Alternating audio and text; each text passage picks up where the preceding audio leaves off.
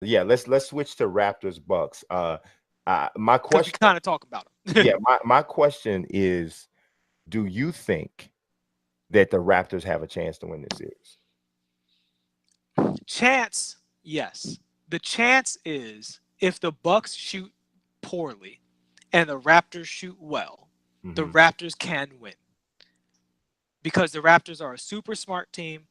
They play defense. They have a great player in Kawhi. Kawhi is, I mean, proven himself to be probably at worst a top three player in the league right now. Is At worst, Kawhi, at Kevin, and worst, Giannis.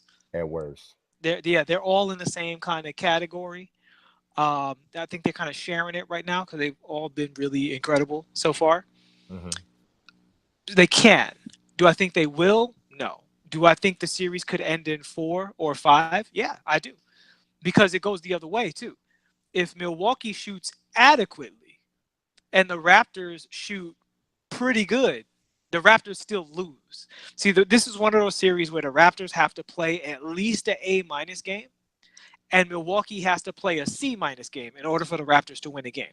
Yesterday, almost everything went poorly for Milwaukee for Yes. most of the game, with the Hmm. exception of Brook Lopez. Hmm.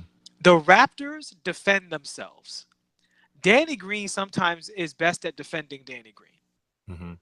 Same thing for Kyle Lowry. Yeah, I was You just don't, about to say him. yeah, you don't need to shut them down the way you need to shut down the guys on Milwaukee because the thing, and this is what I keep, the thing about the Giannis versus other players argument to me, people always bring up Giannis's shot, which, I mean, he's shooting fine in the playoffs, but I would rather my guy generate 4 3-point shots than 1 3-point shot. Then knock down one of his own. Correct. And he is so extraordinarily elite at getting to the basket, finishing at the basket, drawing fouls, and hitting his free throws, and rebounding, and running the floor in transition. He's so elite at those things that you have to commit multiple resources to him. It's not like other players that are good at it. He's elite, all time elite at it.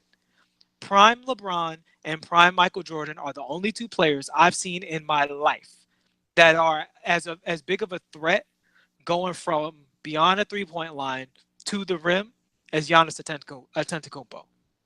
Only those two players, I right? don't honestly. I don't know. I'll be honest. I try not to get caught up, but in getting to whatever. I don't know that I've ever seen um anybody more effective at going from the perimeter to the paint with effectiveness Yeah. like him. I don't know if I've ever seen any, but LeBron's the only other guy I can think of because not even Mike, and it's obviously no slight to Mike, but he just didn't have the size and the power to do it in the That's way what it that is. It's like, what they. if LeBron James was 6'11" and didn't choke in his free throws in the fourth quarter? Yeah, yeah. I mean, it's like this. We've said this before. Giannis is like a 6'11" Russell Westbrook. Yeah. He really is.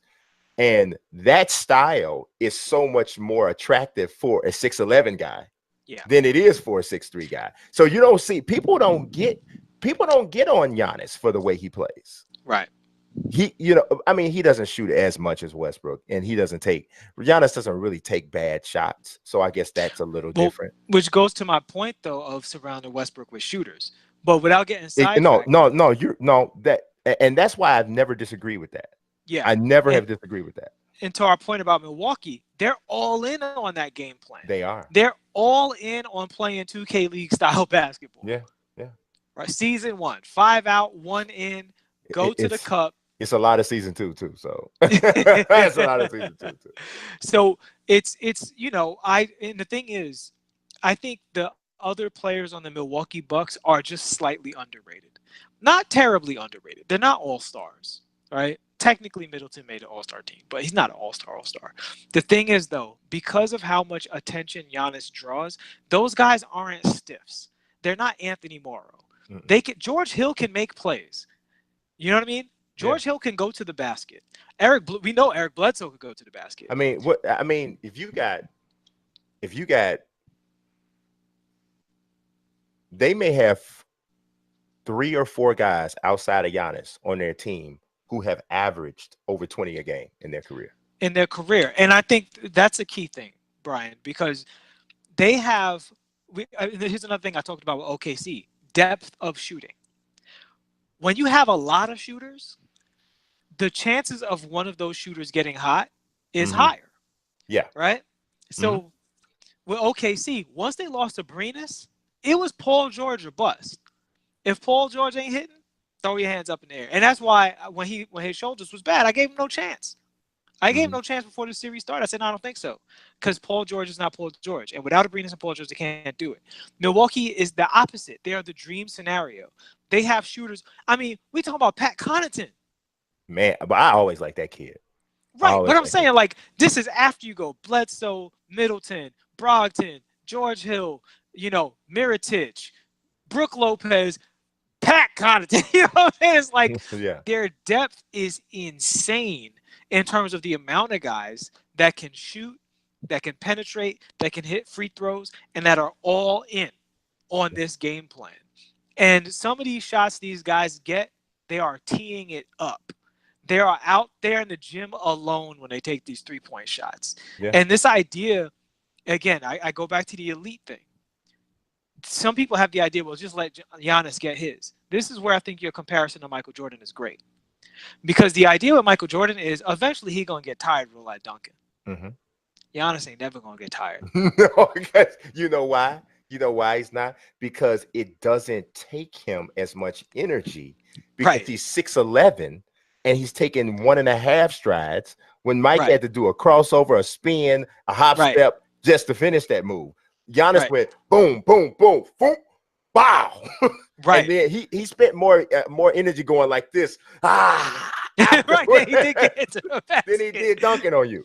Yeah, so I mean, like, and this might sound like an exaggeration, but I actually mean this.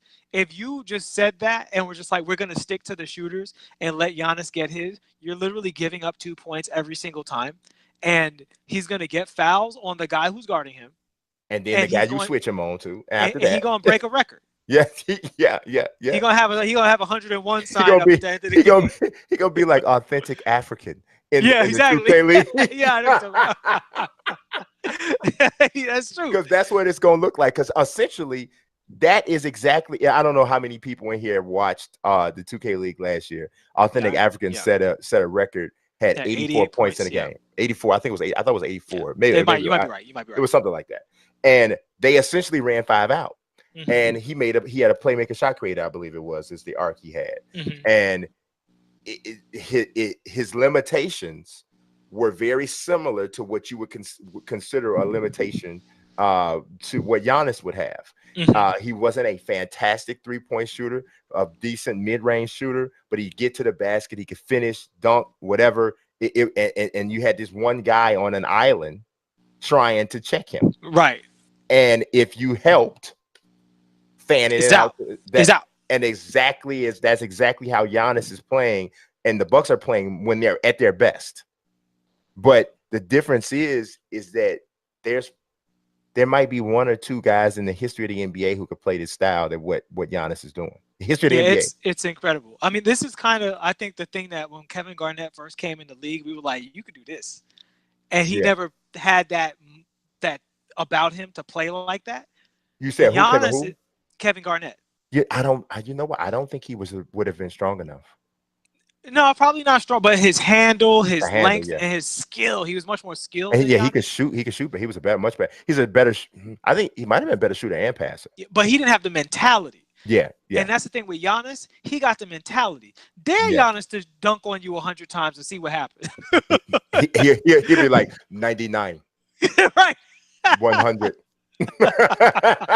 he's a killer.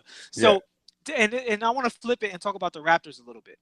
I was actually in a chat with the Sim Hangout guys and the Sim Nation guys, and I mentioned this while it was happening. They made Kawhi was on the floor while Giannis was on the bench, and they were up by like 16. And you figure they should go up 20. But you know why that doesn't happen? Because everyone can shoot. So all you need is to have a good shot, not go in. It goes to the other end, they get a 3.